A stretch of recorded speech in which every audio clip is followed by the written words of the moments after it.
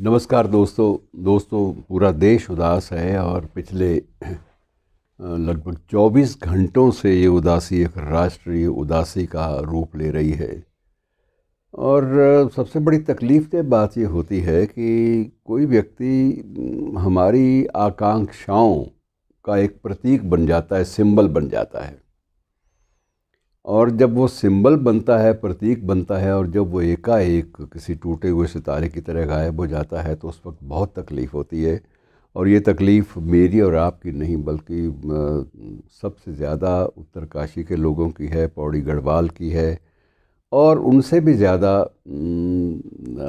देश के करोड़ों सैनिकों, भूतपूर्व सैनिकों और उनके साथ साथ विशेष रूप से गोरखा रेजिमेंट, ये सब के लिए बहुत उदासी का एक सबब बन गए। उनका अचानक चले जाना ऐसे कोई भी आम तौर पे नहीं जाता, और ना ही ये हम लोग कभी कामना करते हैं कि इस तरह से कोई जाए। ये बात अलग है कि वो ज़िंदगी भर एक ही बात कहते रहे कि जब मन में एक ही बात है कि जब भी जाऊं वर्दी में जाऊं। लेकिन अब ये चीज़ ऐसी सोची नहीं जा सकती थी कि जो उनके मन में कहीं ना कहीं ये भाव बैठा हुआ था कि दुर्घटना होगी। ना, जीवन भर फ़ौज और फ़ौजी वर्दी और इसकी आबरू और देश की आबरू के लिए जीना, ये उनका संकल्प था। सबसे बड़ी बात थी। हमारे चीफ डिफेंस जो सर्विसेज है, उनके चीफ सीडीएस, पहले सीडीएस जनरल रावत का कुछ बातें उनकी याद आ जाती हैं अक्सर ही।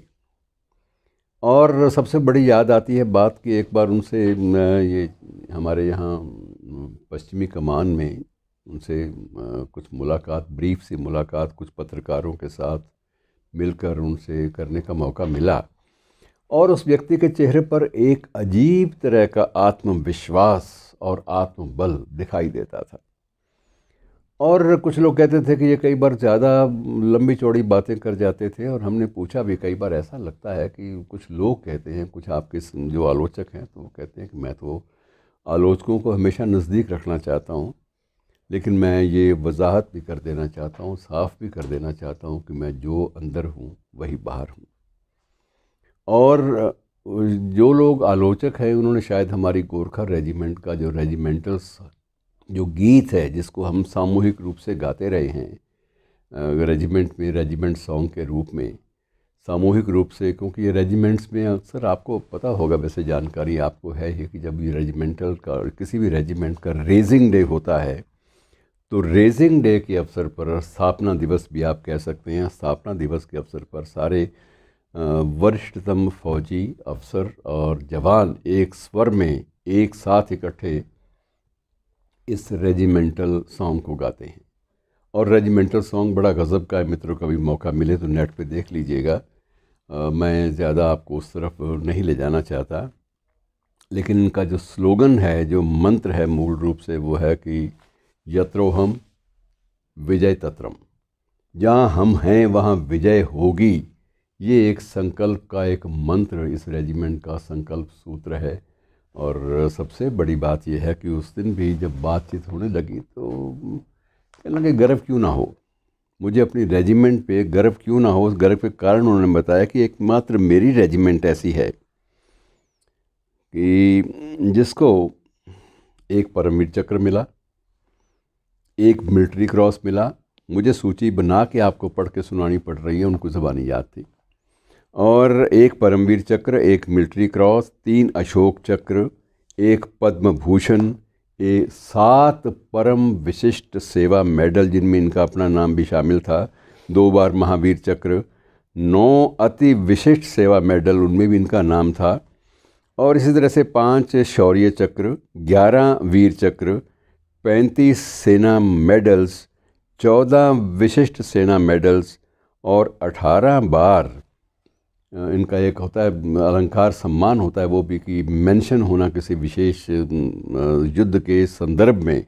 18 बार वो युद्ध के संदर्भ में मेंशन हुए। तो कहते हैं कि इतनी जब एक पृष्ठभूमि जिस रेजिमेंट की इतनी समृद्ध हो, उस पर आदमी गर्व ना करे और आत्मविश्वास से भर ना जाए तो बात क्या हुई। तो एक गज़ब का एक आत्मविश्वास इस शख्स में था, और इसी आत्मविश्वास का ही परिणाम था कि जब ये सर्जिकल स्ट्राइक की बात चली या जवाबी कार्रवाई की बात चली, दोनों बार इन्होंने अपनी अचूक सैन्य जो नीति होती है, रणनीति, उसका परिचय दिया।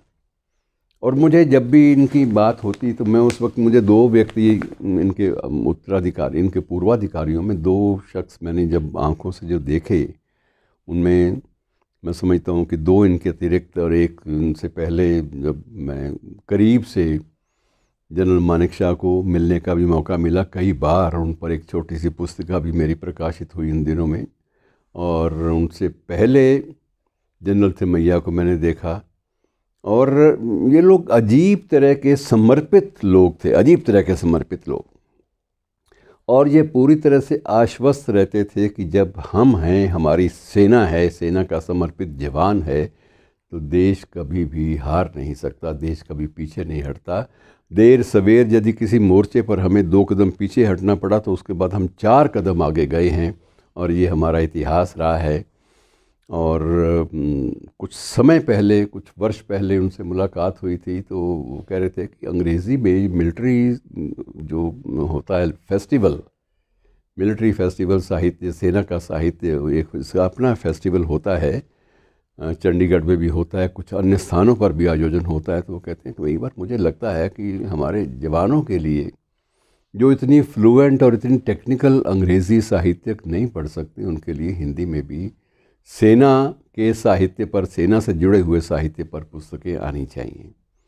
और उस वक्त मेरे मन में था कि एक पुस्तक तैयार करूं, और मैंने वो तैयार की भी, और अभी मन में था कि उसको जल्दी प्रकाशित करवा कर सबसे पहली प्रति इन्हीं को दूंगा। लेकिन ये चीज़ें, जब समय नहीं है इन चीज़ों का, तो उनका उल्लेख करना भी व्यर्थ होगा। लेकिन मित्रों, ऐसी समर्पण भाव वाले फौजी, ऐसे समर्पण भाव वाले सेनाध्यक्ष और ऐसे समर्पित CDS, चीफ डिफेंस स्टाफ, हमें आगे भी मिलेंगे, लेकिन इस तरह के नहीं मिलेंगे जिनका संबंध अपनी रेजिमेंट के अलावा अपनी सेना के, स्थल सेना के प्रत्येक जवान से भी सीधा रहता हो।